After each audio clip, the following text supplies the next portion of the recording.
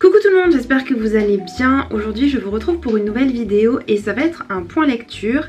Suite au dernier sondage que j'ai posté, vous avez été en majorité à préférer des points lecture avec plusieurs livres plutôt que des points lecture que je faisais jusqu'à maintenant avec un livre à chaque fois. Donc je vais vous écouter et je vais vous présenter les dernières lectures que j'ai faites. J'ai eu vraiment des très bonnes lectures ce mois dernier et pour une fois je vais commencer avec la BD qui est une BD que j'ai reçue pour Noël l'année dernière mais que j'ai lu uniquement hier et tant que c'était frais dans ma tête je voulais vous en parler tout de suite. Ça a été une super découverte donc d'ores et déjà voilà, si déjà la couverture vous intéresse, l'intérieur vous intéressera d'autant plus. Donc c'est Mon ami Pierrot de Jim Bishop aux éditions Glénat. J'avais déjà lu de Jim Bishop Lettres perdues que j'avais beaucoup aimé aussi. C'est un univers assez particulier, fantastique un petit peu à la manière des studios Ghibli, avec un univers très coloré, très pop en fait. Donc dans celui-ci on va suivre une jeune femme qui s'appelle Cléa, qui est une dame de la haute société et qui, comme toutes les dames de la haute société, ont un avenir tout tracé. Et elle va devoir se marier avec Berthelier de l'Eau et malheureusement elle n'est pas amoureuse de lui et elle, ce qu'elle rêve de faire c'est d'être danseuse. Mais sa mère est en complète opposition avec son rêve jusqu'à ce qu'elle rencontre un magicien qui s'appelle Pierrot et qui va l'embarquer en fait dans sa vie pour lui apporter ce qu'elle désire le plus, c'est-à-dire la liberté. Sauf que Cléa va se rendre compte que tout n'est pas aussi beau, aussi rose, elle va tomber amoureuse de Pierrot, mais ça va être un peu la descente aux enfers parce qu'il ne se comporte pas du tout avec elle comme elle l'aurait voulu. Et voilà, donc c'est de là qu'elle va se poser plein de questions par rapport à cette nouvelle vie qu'elle rêvait de vivre. Et c'est une BD qui est assez grosse, donc il se passe pas mal de choses et c'est très dynamique et j'ai beaucoup aimé. Je vais vous montrer rapidement les dessins.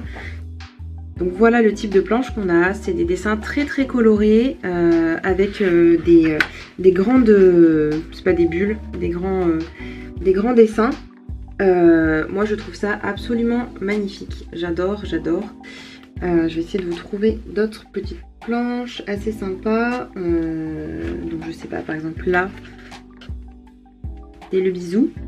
Donc on va parler de magie, on va parler d'amour, on va parler de liberté. C'est une BD qui est un peu aussi dérangeante je trouve par certains côtés parce que on nous présente les choses comme au début une vision un peu idyllique de l'amour et de la liberté avec Cléa qui découvre sa nouvelle vie et en fait elle va vite déchanter quand elle va comprendre qui est vraiment Pierrot. Et à côté de ça, il va y avoir donc forcément Berthelier, donc son futur, son potentiel futur mari, qui va se lancer à sa recherche puisque voilà, Cléa a disparu, donc il faut absolument qu'il la retrouve. Et il va tomber sur des personnages assez bizarres, des sorciers, etc.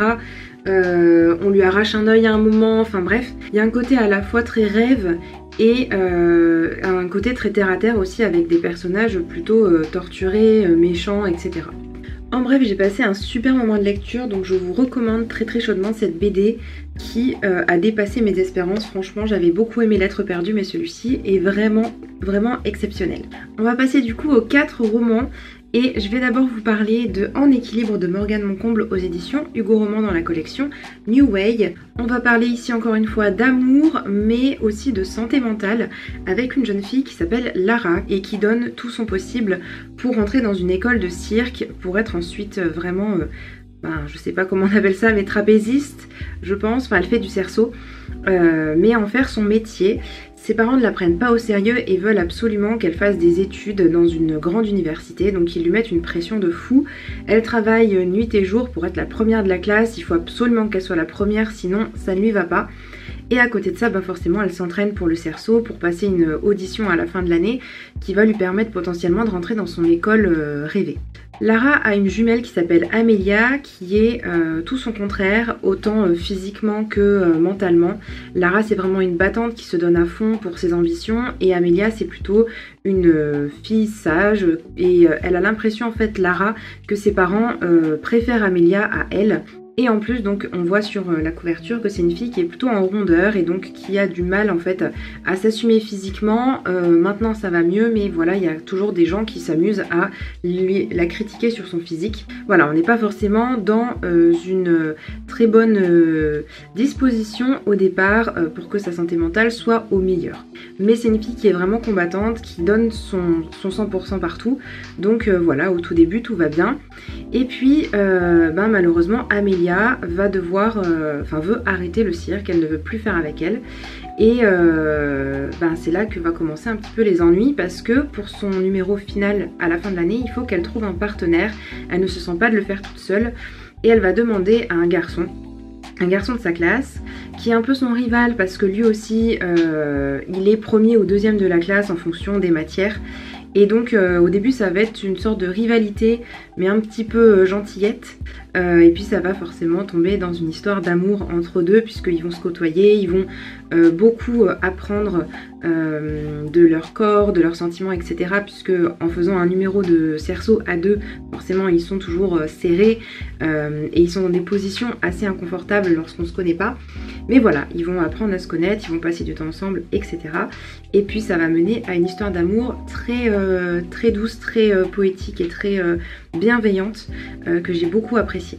C'est un roman qui aborde la santé mentale en arrière-plan, c'est pas forcément le point central, enfin c'est le point central mais on voit que les choses vont dégringoler au fur et à mesure parce qu'il va y avoir de plus en plus de poids, de pression sur les épaules de Lara jusqu'à ce qu'il y ait la goutte d'eau qui fasse déborder le vase et qui fasse que voilà, il va y avoir des choses assez tragiques qui vont arriver.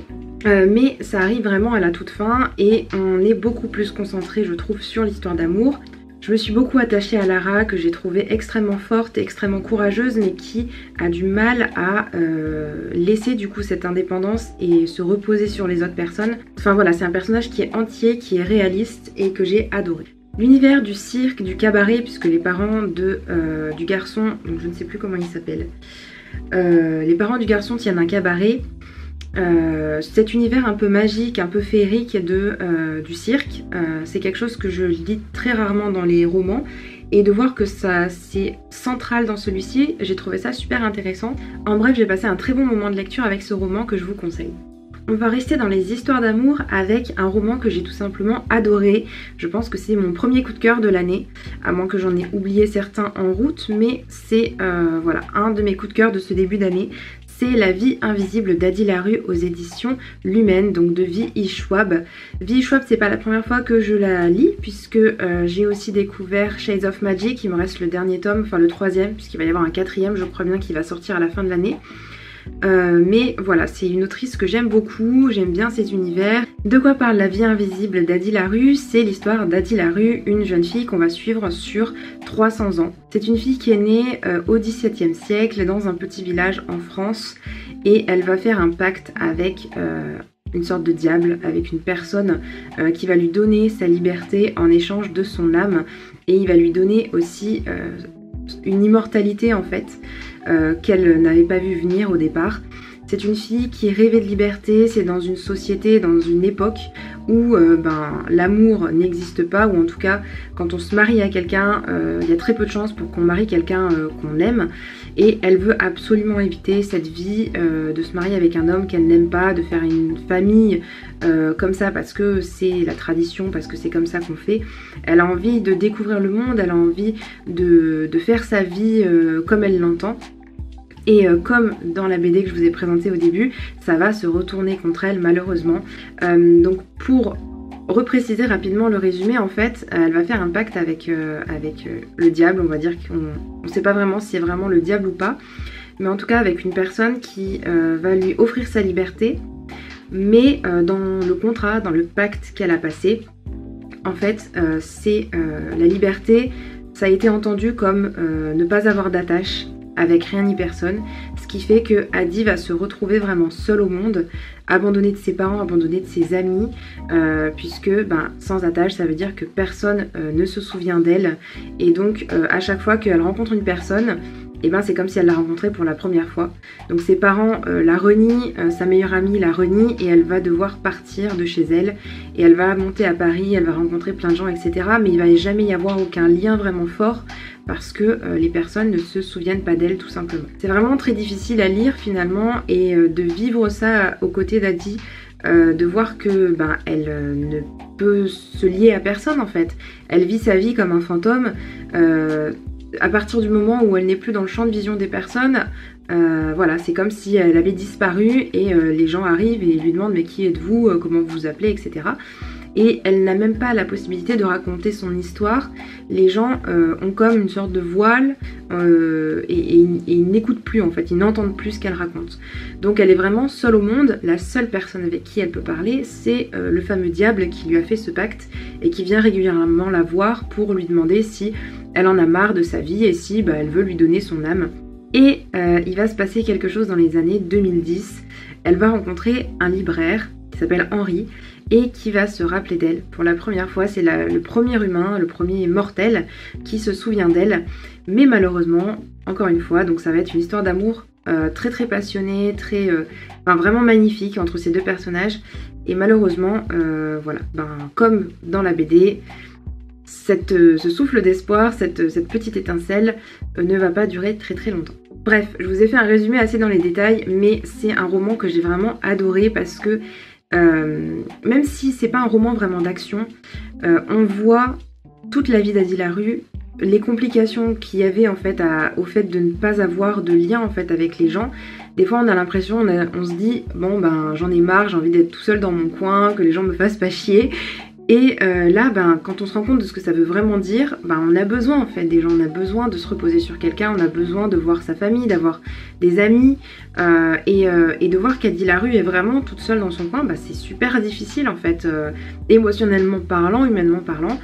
Et quand il y a ce garçon qui arrive dans sa vie, Henri, qui est en plus un garçon qui est quelconque quoi. Ce garçon-là, il n'est pas exceptionnel, c'est pas du tout le héros auquel on aurait pensé. On est super content et puis voilà, ça va très vite, ils se voient plusieurs fois et il y a cette magie en fait qui fait que les deux sont très liés en fait, comment dire, il y a une alchimie entre eux, je sais pas, vraiment ce roman m'a vraiment beaucoup plu, au-delà de l'histoire d'amour qui est vraiment très belle, mais aussi cette question de la liberté, des attaches à certaines personnes. Et voilà, il y avait beaucoup de moments qui étaient très poétiques dans même l'écriture de l'autrice et la manière dont elle présentait les choses. Et voilà, il y a beaucoup de citations quand on regarde sur internet, on trouve beaucoup de citations d'Adi Larue parce que voilà, à chaque page on pouvait trouver des choses qui faisaient sens, qui résonnaient profondément en fait en nous. Et c'est ça qui le rendait vraiment très beau et qui m'a beaucoup touchée. Je vais m'arrêter là du coup pour ce livre, mais voilà, je pense que vous avez compris que c'était vraiment un super livre que je vous conseille à 1000%. On va passer à un autre livre qui s'appelle Le Château solitaire dans le miroir de Mizuki Tsujimura aux éditions Milan. C'est un livre du coup japonais à l'origine où on va suivre une jeune fille qui est au collège, qui s'appelle Kokoro, qui est harcelée par des filles et qui ne veut plus sortir de chez elle parce qu'elle a peur de tomber sur elle et elle ne va même plus au collège. Donc voilà, elle reste vraiment enfermée chez elle. Contrairement à Lara dans Équilibre, sa famille et sa mère notamment est vraiment très protectrice par rapport à ça et elle essaye au maximum de l'aider, de la comprendre. Mais voilà, ça ne suffit pas. Ce qui va la sauver, c'est d'avoir son miroir un jour qui va se mettre à briller dans sa chambre. Elle va le traverser et arriver dans un château où elle veut découvrir d'autres personnes, d'autres jeunes comme elle. Ils ont le droit de venir dans ce château tous les jours, à des horaires prédéfinis. Enfin, il n'y a pas vraiment de but, mais disons qu'il y a une petite quête quand même, assez intéressante. C'est le fait de devoir trouver une clé et qui va leur permettre d'exaucer un vœu. Et la personne qui découvrira la clé pourra faire un vœu qui sera exaucé. Donc forcément, tous ces enfants qui sont là, tous ces jeunes qui sont là, ont un vœu. En fait, il y a quelque chose qui leur est cher.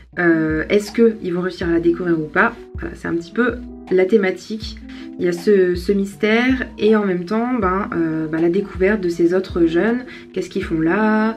Il y en a un qui vient de Tahiti je crois ou de Hawaï, il y en a un autre qui est fan de jeux vidéo, il y en a un qui est un petit peu rondelé et du coup qui se fait harceler à l'école aussi parce que il le traite de cochon en gros.